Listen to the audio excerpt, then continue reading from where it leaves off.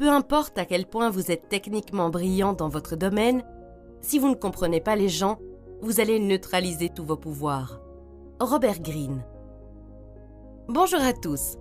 Aujourd'hui, je vais vous résumer un autre livre de Robert Greene intitulé « Les lois de la nature humaine ». Certaines personnes n'aiment pas l'auteur et pensent que ses livres sont mauvais ou offensants. Je pense que c'est parce que Robert parle généralement du côté sombre de la nature humaine, dont beaucoup d'entre nous n'osent pas parler ou admettre que nous avons des qualités sombres. Se comprendre soi-même et comprendre les gens qui nous entourent est l'une des compétences les plus importantes que nous puissions avoir dans la vie. Après tout, nous sommes entourés de gens et nous traitons avec eux tous les jours. Mais beaucoup d'entre nous sont vraiment mauvais dans ce domaine. J'ai personnellement vu des personnes très talentueuses perdre leur emploi ou être confrontées à des problèmes à cause de leurs mauvaises aptitudes relationnelles. Cette vidéo comprend 18 lois et je pense qu'elle vous aidera à faire passer vos compétences relationnelles au niveau supérieur. Au fait, c'est l'une des vidéos les plus longues que j'ai jamais réalisées. Alors n'oubliez pas de l'enregistrer pour la regarder plus tard. Commençons. Loi numéro 1, la loi de l'envie. Mon premier emploi était celui de vendeuse dans un petit magasin de chaussures. Mon manager était une personne envieuse qui avait l'habitude de critiquer tout le monde dans leur dos. Il avait aussi l'habitude de me flatter d'une manière telle que je me sentais moquée et ses blagues mettaient tout le monde mal à l'aise, comme s'il se moquait secrètement de nous. J'ai été soulagée lorsque, quelques mois plus tard, j'ai trouvé un meilleur emploi et suis partie. La même semaine, j'ai rencontré par hasard un de mes collègues et il m'a demandé s'il était vrai que j'avais été licenciée pour avoir volé de l'argent à la caissière. J'ai été choquée d'apprendre que le manager avait répandu de fausses rumeurs à mon sujet. Vous ne voulez peut-être pas l'admettre, mais vous vous comparez aux autres. Certains utilisent la comparaison comme un facteur de motivation, mais d'autres canaliseront cette énergie en sentiments d'envie et de jalousie. La plupart des gens ne passeront pas à l'acte, mais si quelqu'un vous sabote ou répand des rumeurs à votre sujet, alors vous avez affaire à un envieux dangereux. Les signes de l'envie sont évidents. Si vous voulez tester quelqu'un, annoncez-lui de bonnes nouvelles à votre sujet et observez ses réactions, en particulier ses yeux. Les yeux des gens vous montrent de l'hostilité, même s'ils disent des choses merveilleuses. Vous pouvez également faire le contraire. Annoncez-leur de mauvaises nouvelles à votre sujet et observez si des micro-expressions de bonheur apparaissent. Tout comme mon manager, les envieux peuvent vous mettre mal à l'aise et se moquer de vous, même lorsqu'ils vous font des éloges. Les commérages sont également un signe d'envie. Restez aussi loin que possible des personnes envieuses. Rien de bon ne peut en sortir. Mais si vous n'avez pas le choix, essayez de détourner l'envie. Pour ce faire, ne vous montrez jamais, ouvrez-vous le moins possible sur votre vie et essayez toujours de détourner l'attention de vous-même. Entourez-vous de personnes qui sont heureuses de vos réalisations et qui vous apportent de la positivité dans votre vie. Maintenant, lorsque vous êtes jaloux de quelqu'un, rappelez-vous que ce que vous voyez n'est qu'une partie de la réalité et que la vie des autres est aussi complexe que la vôtre, avec des hauts et des bas. Entraînez-vous également à éprouver de la joie pour les autres afin de transformer l'envie en une source d'inspiration et d'admiration. Loi numéro 2, la loi du jeu de rôle. Il y a quelques mois, un de mes amis m'a demandé de l'aide. Il entretenait une relation à long terme avec une Française et voulait la demander en mariage. Mais il m'a avoué sa plus grande crainte. Je vais devoir me rendre à Paris et rencontrer ses parents. Son père est une personne très difficile et je pense qu'il me déteste.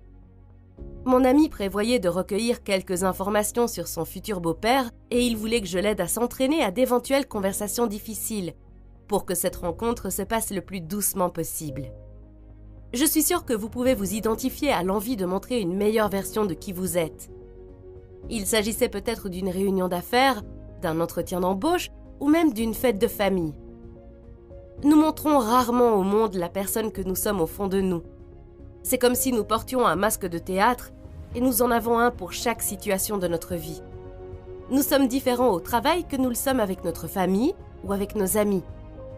La raison pour laquelle nous agissons ainsi est que nous avons besoin de nous entendre avec les gens et que beaucoup de nos vrais sentiments et traits de caractère rendraient cela difficile, voire impossible. Une personne qui ne peut pas se cacher et qui dit tout le temps exactement ce qu'elle pense va être désagréable et indésirable, voire détestée.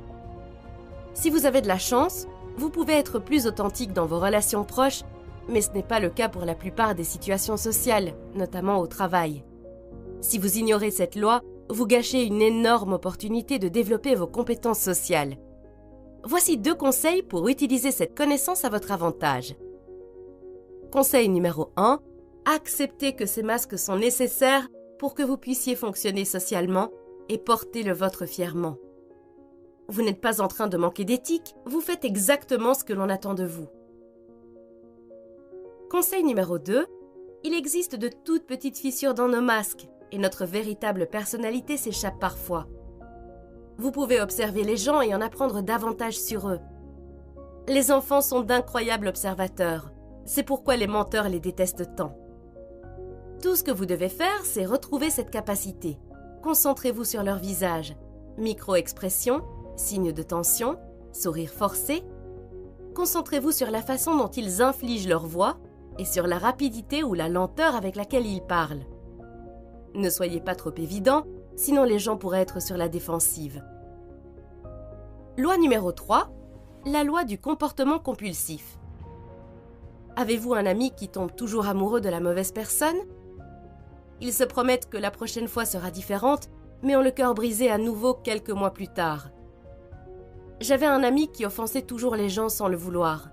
Il le regrettait et s'excusait pour se retrouver à le faire à nouveau plus tard. Nos modèles de comportement sont influencés par une partie profonde de notre personnalité, appelée caractère. Le caractère nous accompagne toute notre vie. Il est donc plus facile de le voir lorsque vous analysez les actions des gens au fil du temps. N'oubliez pas que les gens ne font jamais quelque chose qu'une seule fois. Ils répètent leurs bons et leurs mauvais comportements, et parfois, ils ne savent même pas qu'ils agissent ainsi jusqu'à ce qu'il soit trop tard. Voici donc comment utiliser vos connaissances sur le caractère pour améliorer vos relations. Conseil numéro 1. Prêtez attention au modèle de comportement des gens. Comment prennent-ils leurs décisions et résolvent-ils les problèmes? Plus important encore, comment gèrent-ils le pouvoir, les responsabilités et la pression? Les gens deviennent plus vulnérables et moins flexibles lorsqu'ils sont stressés. C'est alors qu'ils montrent qui ils sont vraiment. Conseil numéro 2. Privilégiez le caractère avant tout lorsque vous choisissez des personnes avec lesquelles vous souhaitez établir des relations. Lorsque vous choisissez un partenaire, par exemple, le caractère doit être plus important que le charme et l'attraction. C'est ainsi que vous éviterez de perdre des années de votre vie avec une personne incompatible et une relation toxique. Choisissez de vous lier à des personnes qui sont fortes, flexibles, empathiques et persistantes. Conseil numéro 3. Évitez les types de caractères toxiques. En voici quelques-uns auxquels vous devriez faire particulièrement attention. L'hyperperfectionniste. Il semble dévoué, mais se préoccupe davantage d'avoir le contrôle que d'obtenir de bons résultats. Le rebelle acharné. Il déteste l'autorité, les règles et ne peut accepter la critique. Leur instinct de rebelle va se retourner contre vous tôt ou tard.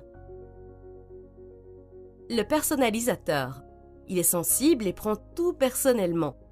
Vous marchez sur des œufs pour ne pas les blesser et vous vous sentez coupable de les avoir insultés, même si vous ne l'avez pas fait. Le beau parleur. Il semble impressionnant, mais une fois que vous le connaîtrez mieux, vous découvrirez qu'il se vante en fait de choses qu'il n'a jamais faites ou ne fera jamais. Le prince ou la princesse gâtée. Ces personnes se comportent de manière enfantine et vous font sentir mal de ne pas leur donner tout ce qu'elles veulent. Le sauveteur. Il sera toujours là pour vous, vous donnera tout ce que vous avez besoin et résoudra tous vos problèmes, jusqu'à ce que vous essayiez d'être indépendant et que vous réalisiez qu'il essayait simplement de vous racheter et de vous contrôler. Loi numéro 4. La loi de la convoitise. Si vous avez déjà observé des petits-enfants qui jouent ensemble, vous remarquerez un comportement intéressant. Lorsque l'un d'entre eux attrape un jouet pour jouer avec, les autres enfants le veulent soudainement aussi. Et si vous leur dites qu'ils peuvent avoir tous les jouets qu'ils veulent sauf un, devinez pour quel jouet ils vont piquer une colère? Dès le plus jeune âge, on désire avoir ce que l'on n'a pas ou ce qu'on ne peut pas avoir. Le comportement se répète. On obtient ce que l'on veut et on s'en désintéresse aussitôt pour trouver un nouvel objet à convoiter. Rien ne tue plus vite notre imagination que la familiarité et la prévisibilité. Parfois, nous passons simplement d'un objet à l'autre, nous lassant facilement de tout ce que nous avons déjà, y compris nos relations. Les humains ne peuvent pas arrêter de convoiter, mais nous pouvons apprendre à l'utiliser en notre faveur. Voici 3 façons de le faire. Conseil numéro 1, découvrez ce que vous voulez. Identifiez ce qui est positif et ce qui est contre-productif dans vos tendances à la convoitise. Ne vous laissez pas facilement tromper et ne convoitez pas quelque chose simplement parce que c'est ce que tout le monde veut. Pensez aussi à tous les points négatifs.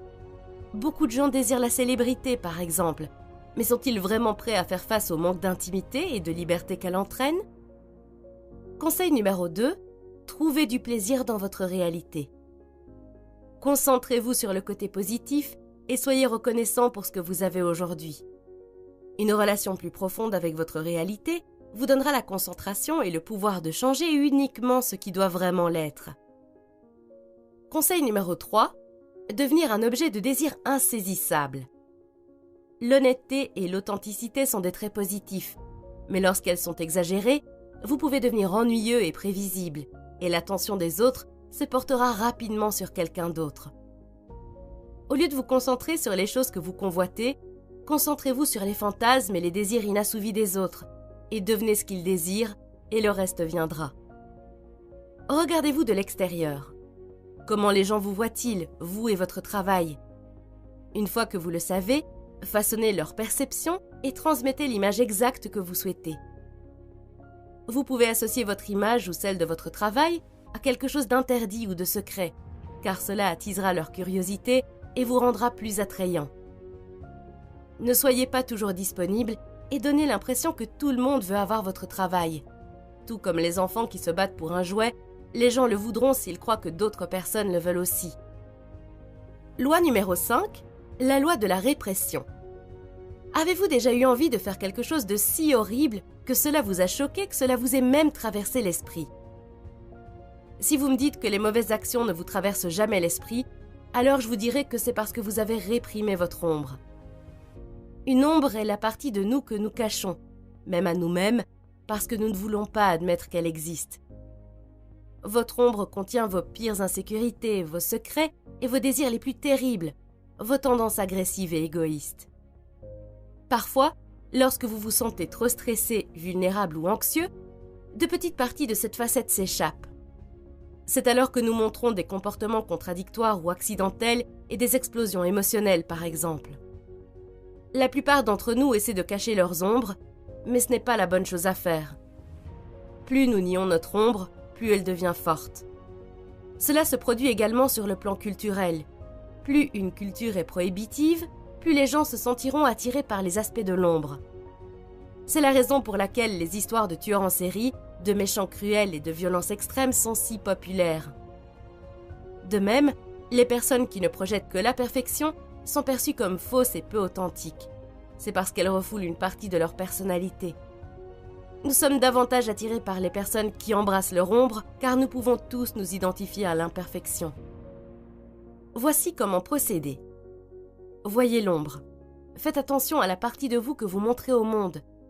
Êtes-vous toujours joyeux et excité? Toujours patient et calme? Vous cachez peut-être le contraire de cela.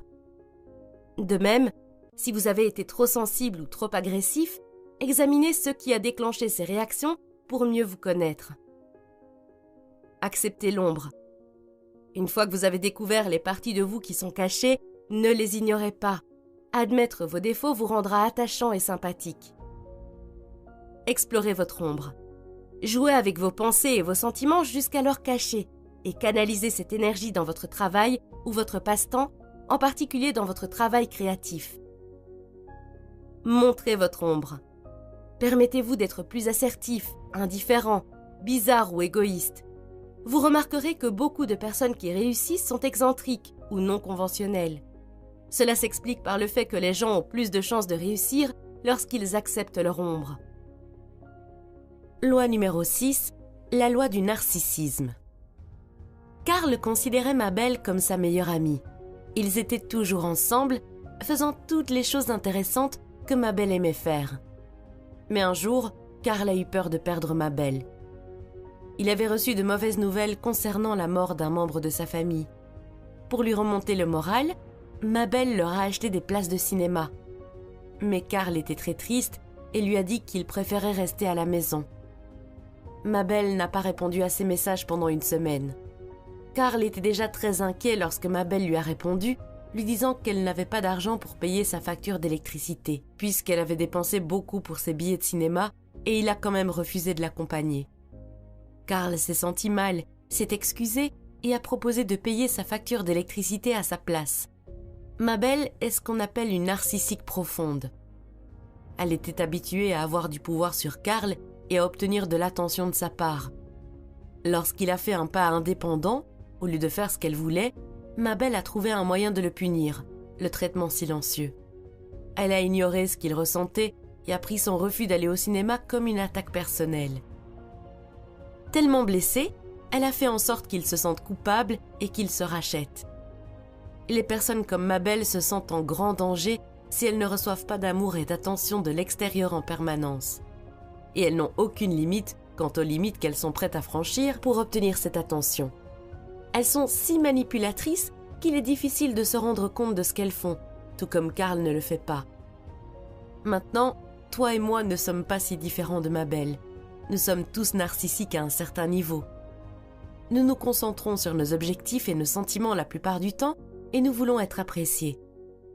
La différence est que la plupart d'entre nous peuvent faire quelque chose que Mabel ne peut pas faire.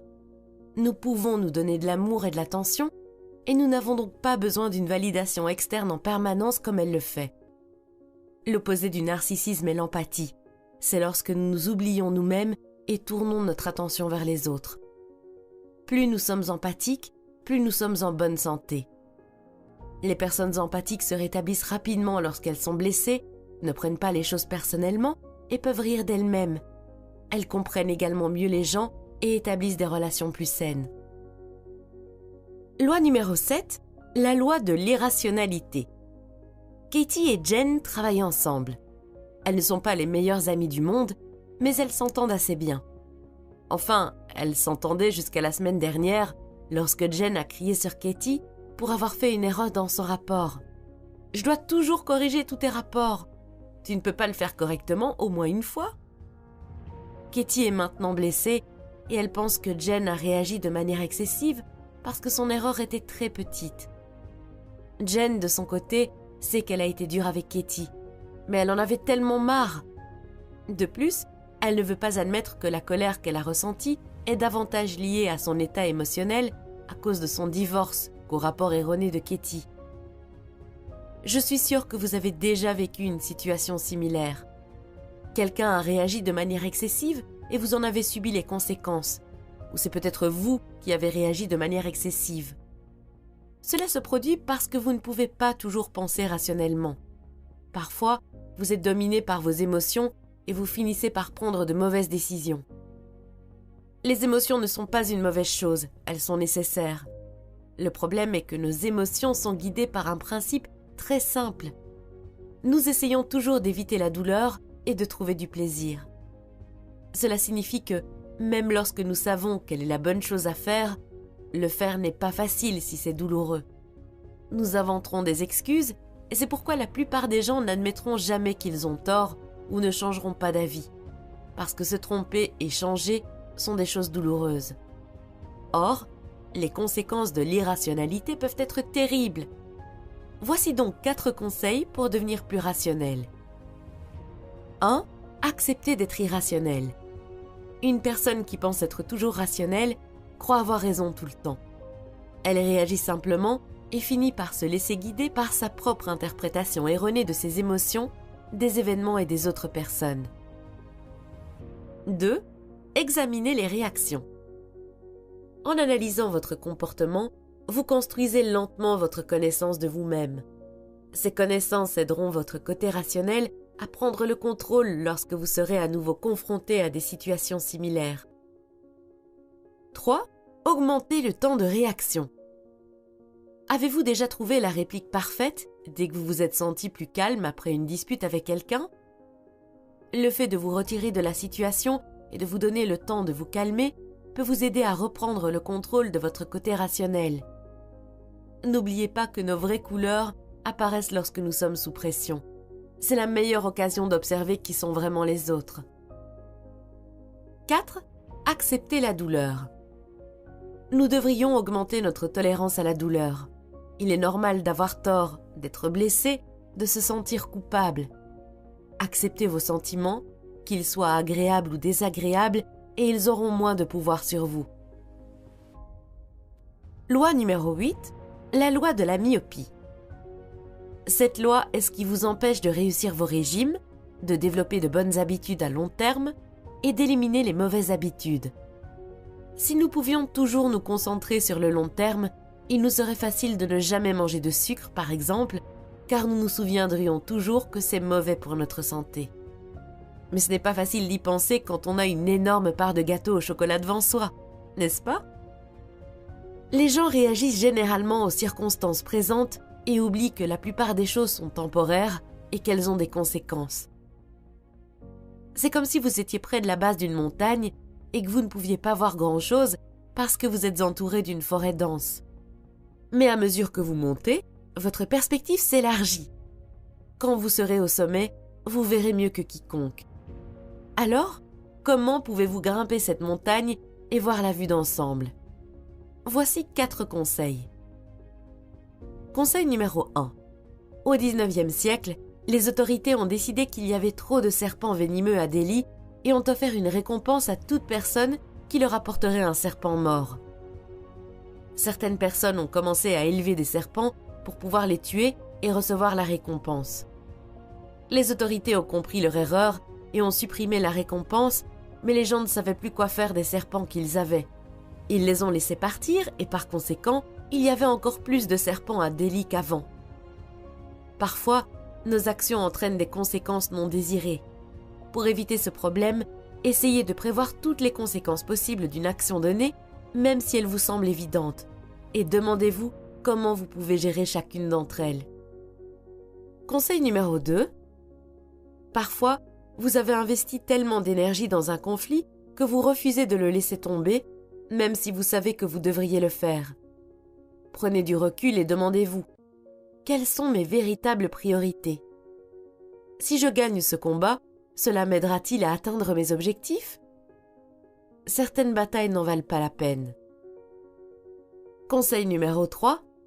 Lorsque vous effectuez un achat en ligne, je suis sûre que vous voulez le recevoir le plus rapidement possible, n'est-ce pas? Au fur et à mesure que le temps passe, nous devenons de plus en plus impatients. Nous devons travailler sur notre patience et établir des objectifs à long terme si nous voulons réussir. Conseil numéro 4. De nos jours, les informations sont partout et avec tant de détails accessibles, il est difficile d'avoir une vue d'ensemble. Vous devez entraîner votre esprit à filtrer les choses essentielles en fonction de vos priorités et de vos objectifs. Loi numéro 9. La loi de la défensive. Pour illustrer cette loi, l'auteur raconte l'histoire d'un adolescent rebelle qui a été pris en flagrant délit de vente de drogue à l'école. Il a été immédiatement suspendu, mais il devait quand même faire ses devoirs. Comme il n'avait manifestement pas envie d'étudier, sa mère a une idée. Elle lui a dit « Le directeur ne te permet pas d'aller en classe parce qu'il veut que tu échoues. Il pense que les élèves ne peuvent pas apprendre à la maison. Il se sentirait mal si tu lui prouvais qu'il a tort. » Bien sûr, cela a eu l'effet exact que sa mère voulait. Pour se venger du directeur, le garçon avait plus d'énergie pour étudier que jamais auparavant. Nous aimons tous croire que nous possédons 3 qualités. Autonome. Nous refuserons toujours d'être influencés par les autres et nous nous rebellerons si nous sentons que quelqu'un essaie de nous changer ou de nous persuader. Intelligent. La plupart d'entre nous acceptent que nous ne sommes pas des versions modernes d'Einstein, mais nous croyons toujours que nous avons notre propre type d'intelligence. Bon, nous pensons que nous sommes des gens bien et que nous soutenons les bonnes causes. La première stratégie pour devenir un maître de la persuasion consiste à ne jamais mettre quelqu'un dans une situation qui menace l'une de ces 3 croyances. Travailler à l'intérieur de sa propre opinion, même si elle n'est pas positive ou réaliste. Soyez empathique et validez les croyances des gens avant d'essayer de les persuader. Laissez-les sentir qu'ils vous persuadent. Ils se sentiront supérieurs, ce qui est précisément ce que vous voulez, car ils seront alors plus ouverts à vos idées. Stratégie numéro 2, soyez un auditeur attentif. Écoutez plus que vous ne parlez. Répondez à ce qu'ils ont dit par quelque chose qui les fait se sentir validés et qui les encourage à continuer à parler de leurs intérêts. Mais ne soyez pas trop évident, car ils seront sur la défensive si cela ressemble à une interview plutôt qu'à une conversation. Stratégie numéro 3, inspirez la sécurité. Lorsque nous croyons que les gens nous acceptent et nous aiment tels que nous sommes, nous nous sentons moins sur la défensive. Lorsque nous sommes avec des amis, par exemple. Votre objectif est d'apprendre à inspirer le même sentiment de sécurité aux autres personnes. Stratégie numéro 4, apaiser leurs insécurités.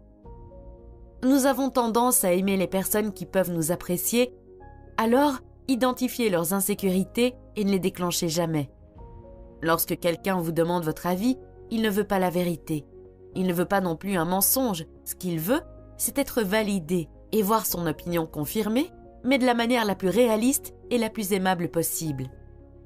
Stratégie numéro 5, utilisez la résistance et l'entêtement des gens. Certaines personnes sont particulièrement résistantes. Elles ont l'impression que le monde est contre elles et qu'elles doivent donc y résister. Votre travail consiste à utiliser leur résistance et leur entêtement, comme la mère l'a fait avec son fils rebelle. Loi numéro 10, la loi de l'autosabotage. Supposons que 2 personnes voyagent à Paris, Marcus et Lydia. Marcus trouve que Paris n'a pas l'air très attrayant. La langue est difficile, alors il ne parle pas à beaucoup de gens car il déteste se mettre dans l'embarras. Les belles photos qu'il a vues ne correspondent pas à la réalité car les sites touristiques sont toujours bondés de touristes. Il se sent seul et mal à l'aise. Quand il rentre chez lui, il dit aux gens que Paris ne vaut pas la peine. Lydia, en revanche, est ravie. Même si son français n'est pas très bon, elle veut rencontrer de nouvelles personnes. Parfois, il se moque d'elle, mais elle rit d'elle-même et continue d'essayer. Elle finit par se faire des amis qui lui indiquent les meilleurs jours pour visiter les sites touristiques, afin qu'elle puisse prendre les meilleures photos. Elle a l'intention de revenir nous voir bientôt. Comme vous pouvez le constater, même si 2 personnes partagent la même expérience, une différence d'attitude et de perspective peut changer la façon dont elle les affecte tous les 2. Certaines personnes ont une attitude négative et étroite. Elles sont trop prudentes, ont peur de perdre le contrôle et s'attendent toujours à ce que le pire se produise, tout comme Marcus. D'autres personnes, comme Lydia, sont toujours ouvertes aux nouvelles idées et ont généralement des expériences plus positives. Voici quelques attitudes expansives qui peuvent vous aider. Attitude numéro 1, remplacez la conviction par la curiosité et considérez-vous comme un explorateur sans peur et ouvert d'esprit. Attitude numéro 2, n'essayez pas d'éviter à tout prix les frustrations et les obstacles. Vous ne pouvez pas éviter les adversités, mais vous pouvez contrôler vos réactions face à elles. Considérez les événements négatifs comme des occasions d'apprendre et de devenir plus fort. Attitude numéro 3, n'adoptez pas l'attitude indifférente et sceptique qui est tellement à la mode actuellement. Ces personnes considèrent que les gens positifs sont naïfs, mais leur négativité est en fait un masque pour dissimuler leurs craintes. Attitude numéro 4, ne prenez pas les choses personnellement. La plupart du temps, les réactions des gens à votre égard ne disent rien de vous, elles parlent d'eux-mêmes. Attitude numéro 5, ne vous limitez pas. Votre corps et votre esprit peuvent faire beaucoup plus que vous ne le pensez. Lorsque j'étais encore à l'université, je tombais souvent malade avant un examen difficile ou une présentation importante. Cela se produit parce que les sentiments négatifs, comme l'épuisement ou l'anxiété, nous rendent plus faibles. Notre santé s'améliore lorsque nous sommes plus positifs. Loi numéro 11, la loi de la grandiosité. Nous avons tous déjà rêvé de quelque chose de grandiose, surtout lorsque nous étions enfants. Nous rêvons d'être la rockstar la plus populaire, d'écrire le prochain best-seller, de sauver tous les animaux de l'extinction ou de diriger l'entreprise la plus prospère du monde. Nous voulons nous considérer comme importants et avoir une opinion positive de nous-mêmes. Ce n'est pas une mauvaise chose. Les rêves grandioses nous émeuvent et nous donnent de la volonté et de la motivation. Le problème, c'est lorsque nos sentiments de grandiosité deviennent incontrôlables et nous conduisent à une version déformée de la réalité. Nous commençons à croire que nous sommes beaucoup plus grands que nous ne le sommes ou que tout le monde le pense, et nous perdons le contact avec la réalité. Pour éviter cela, nous devons canaliser cette énergie grandiose vers notre travail, nos objectifs et nos décisions, et non vers notre ego. Voici comment vous pouvez y parvenir et vous sentir épanoui. Conseil numéro 1, soyez honnête avec vous-même. Nous avons tous des ambitions et voulons nous sentir importants. Que voulez-vous et est-ce réalisable? Conseil numéro 2, au lieu de sauter d'un projet à l'autre, incapable de décider quelle idée fantastique est la meilleure, concentrez-vous sur un seul objectif raisonnable et faites un pas après l'autre. Conseil numéro 3, vos idées ne seront pas parfaites. Recherchez les réactions d'autres personnes à ce sujet et tenez compte de leurs opinions. Conseil numéro 4, choisissez des projets qui se situent un peu au-dessus de votre niveau de compétence actuel. Pas en dessous, car il serait trop facile, pas au même niveau, car cela ne vous ferait pas progresser, pas trop au-dessus, car il serait fantaisiste et vous les abandonneriez dès que vous vous en rendriez compte. Conseil numéro 5, une fois que vous avez apprivoisé cette énergie, vous pouvez la laisser libre de temps en temps en vous lançant un défi plus grand. Loi numéro 12, la loi de la rigidité du genre. Dans de nombreuses cultures anciennes, comme celle des Perses et des Égyptiens, on croyait que les humains étaient à la fois mâles et femelles. Le mythe dit que cela les rendait si puissants que les dieux se sont sentis en danger et ont divisé les humains en deux. Et c'est ainsi que nous sommes devenus soit masculins, soit féminins. Selon Green, nous avons tous des qualités masculines et féminines, mais en grandissant, nous nous identifions trop à l'une ou à l'autre, en fonction de notre génétique et de l'influence de nos parents. Nous réprimons donc nos autres qualités, et ce faisant, nous perdons des dimensions importantes de notre caractère et de notre personnalité. Un exemple de ce phénomène est celui d'une personne qui croit que la rationalité est une caractéristique masculine exclusive. Elle dépréciera les hommes qui sont plus émotifs et dira des choses comme « les garçons ne pleurent pas », alors qu'il est prouvé que les hommes peuvent être aussi, voire plus, émotifs que les filles. Nous devons nous sentir à l'aise avec nos qualités masculines et féminines et cultiver l'équilibre. Lorsque nous aurons parcouru cette distance intérieurement, nos relations extérieures s'amélioreront car nous nous sentirons davantage connectés à tous les êtres humains, indépendamment de leur identification sexuelle. Pour progresser, individuellement et en tant que société, nous devons cesser de chercher à nous intégrer. Ne vous conformez pas au rôle du genre que l'on attend de vous et n'exigez pas cela des autres, surtout des enfants. Au contraire, créez un rôle qui vous corresponde et qui corresponde à ce que vous êtes, indépendamment des caractéristiques de votre sexe. Regardez à l'intérieur de vous, prenez conscience des traits masculins ou féminins que vous avez perdus en cours de route et renouez progressivement avec eux. Vous deviendrez plus créatif, plus authentique et plus indépendant. Loi numéro 13, la loi de l'absence de but.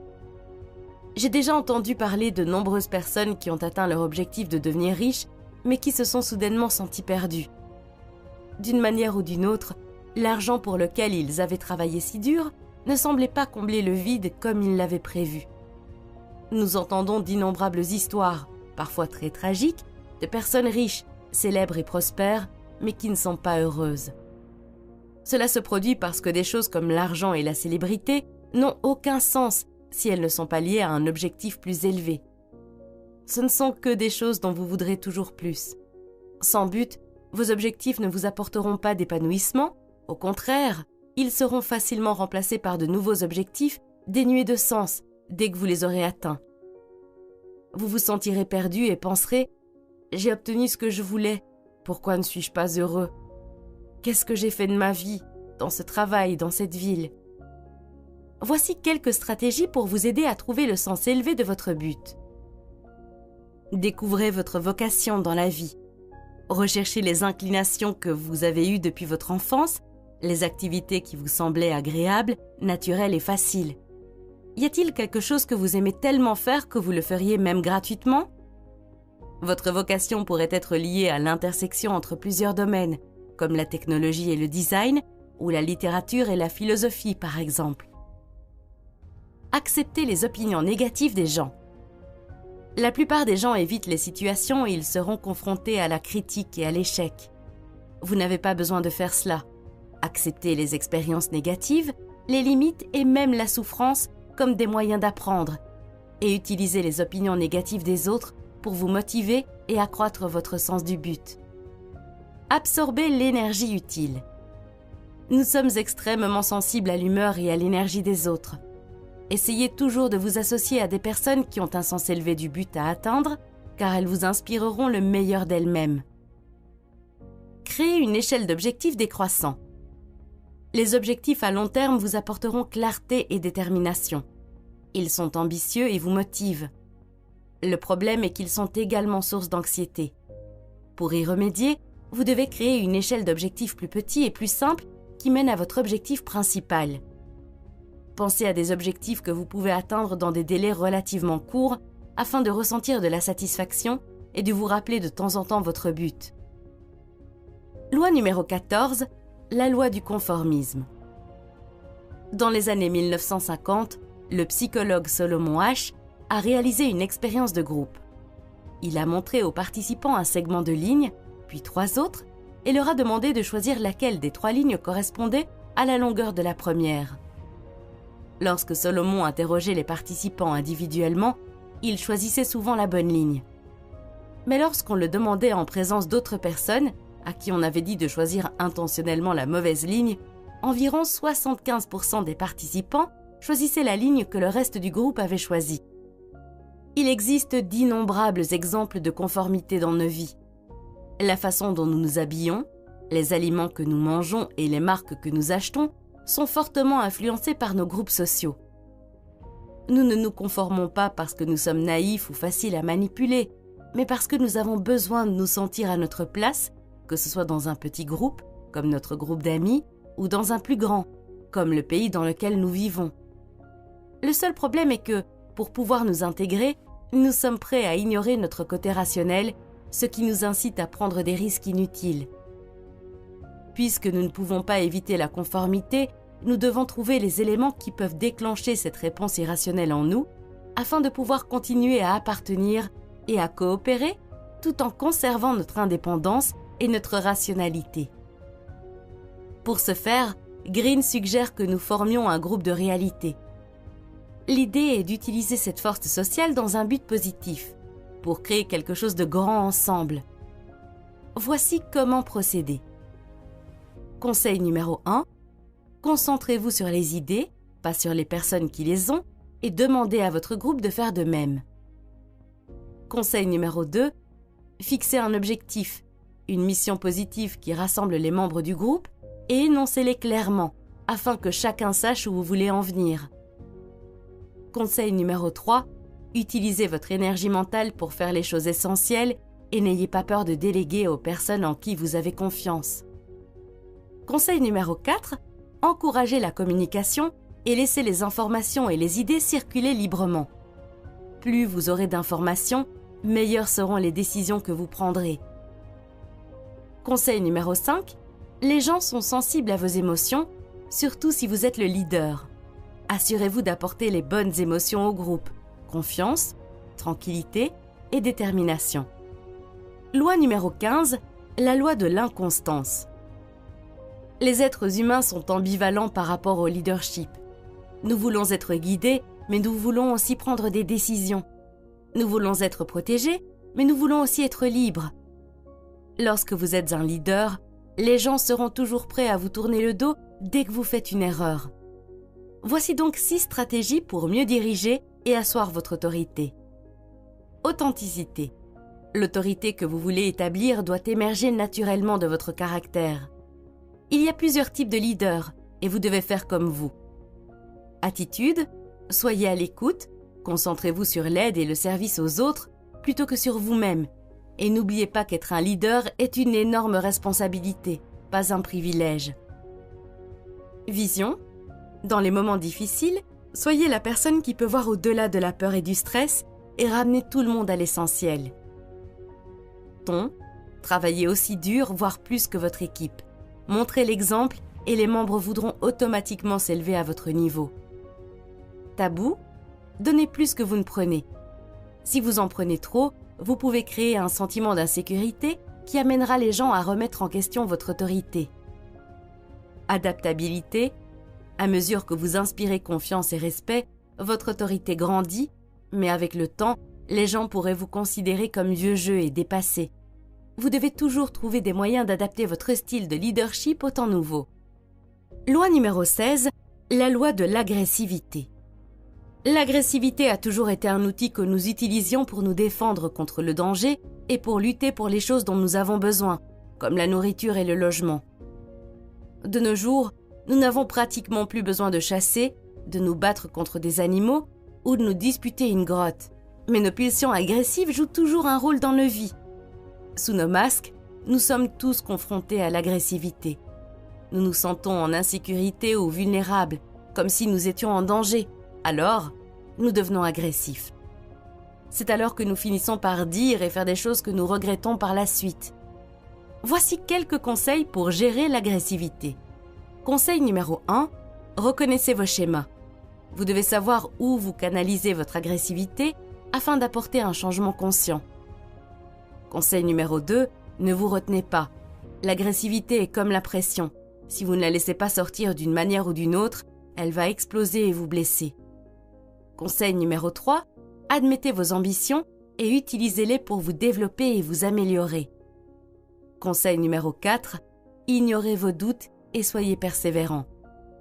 Conseil numéro 5, dirigez votre agressivité vers les problèmes que vous devez résoudre, mais ne vous défoulez pas sur les personnes concernées, peu importe si vous pensez qu'elles le méritent ou non. Loi numéro 17, la loi de la myopie générationnelle. L'une des choses qui m'a le plus étonnée dans les histoires que mes parents et grands-parents me racontaient, c'est qu'à l'époque, les rôles sociaux étaient clairement définis et très fixes. Il y avait des règles très claires sur ce que les gens étaient censés faire et personne ne remettait cela en question. Ces aspects sont très différents de la façon dont les familles et la société s'organisent aujourd'hui et de la façon dont nous gérons les différences, n'est-ce pas? Chaque génération est un mélange de croyances et des idées de leurs parents et du besoin de se séparer de la génération précédente. Ce mélange crée un zeitgeist, un esprit du temps, formé par certains goûts, croyances, batailles et façons de penser. Vous intériorisez ces influences autant que n'importe qui d'autre. Nous sommes tous des produits de notre époque. Vous devez comprendre le pouvoir que l'esprit de votre génération exerce sur vous afin d'être plus indépendant des restrictions qui l'accompagnent. Si vous identifiez ce que votre génération recherche et lui donnez une voix, il y a de grandes chances que votre travail trouve un écho. Voici 5 stratégies pour y parvenir. Remettez en question votre passé. Vous avez peut-être envie de créer quelque chose de nouveau, mais vous vous sentez bridé par les valeurs avec lesquelles vous avez été élevé. Il est normal d'hésiter, mais n'ayez pas peur d'exprimer les tabous de votre génération. Adaptez le passé à l'esprit du présent. Les frustrations de votre génération ont certainement été ressenties auparavant par une autre génération. Qui étaient les leaders de l'époque? Qu'ont-ils fait? Adaptez certains de leurs styles et symboles à votre réalité. Revivez l'esprit d'enfance. En capturant l'esprit de votre enfance, vous toucherez tous ceux qui ont vécu ces moments et vos pères de génération voudront vous suivre. Renversez l'esprit. Vous êtes peut-être en conflit avec une partie de l'esprit de votre génération. Soyez créatif et trouvez une manière douce de le détourner au lieu de le combattre. Continuez à vous adapter. En vieillissant, nous avons tendance à rester attachés à nos valeurs, nos idées et nos styles. Améliorez votre flexibilité en vous entourant de personnes de différentes générations. En prêtant attention à leurs valeurs, idées et perspectives, vous élargissez les vôtres. Loi numéro 18, la loi du déni de la mort. Vous est-il déjà arrivé d'avoir des mois pour travailler sur un devoir scolaire et de finir par le faire la dernière semaine ou même le dernier jour avant la date limite? Vous l'avez remis à plus tard et ne vous êtes senti motivé pour travailler efficacement qu'à l'approche de la date limite. C'est très similaire à ce que nous ressentons face à la mort. Nous allons mourir un jour et ce sera notre échéance. L'idée de la mort nous rend anxieux, alors nous la refoulons autant que possible. Mais en réprimant l'idée de la mort, nous prétendons ne pas avoir d'échéance et nous remettons les choses à plus tard. Au lieu de chérir la vie, nous gaspillons nos journées comme si nous avions tout le temps du monde. Si vous avez 30 ans en ce moment, cela signifie qu'il vous reste encore 30 années vraiment productives. Après 60 ans, la plupart des gens n'ont plus beaucoup de force et de passion pour faire ce qu'ils veulent. C'est pourquoi je pense qu'il est juste de dire que les véritables années productives qui restent sont de 30.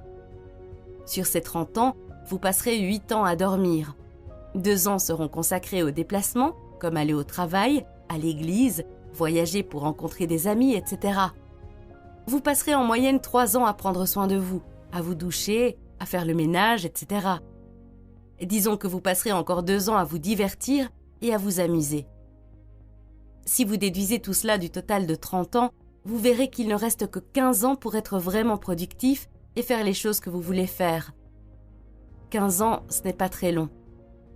J'ai l'impression que c'était hier que nous sommes entrés en 2021, mais maintenant 2021 est terminé et nous sommes en 2022. Et 2022 passera tout aussi vite.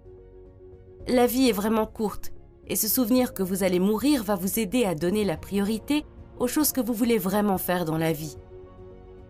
Nous vivrons des vies plus complètes si nous nous connectons à la réalité de la mort. Considérez les années qui vous restent comme une échéance et utilisez-la comme une motivation pour travailler sur ce qui compte le plus pour vous et sur toutes les expériences incroyables que vous pouvez vivre avant que la mort arrive.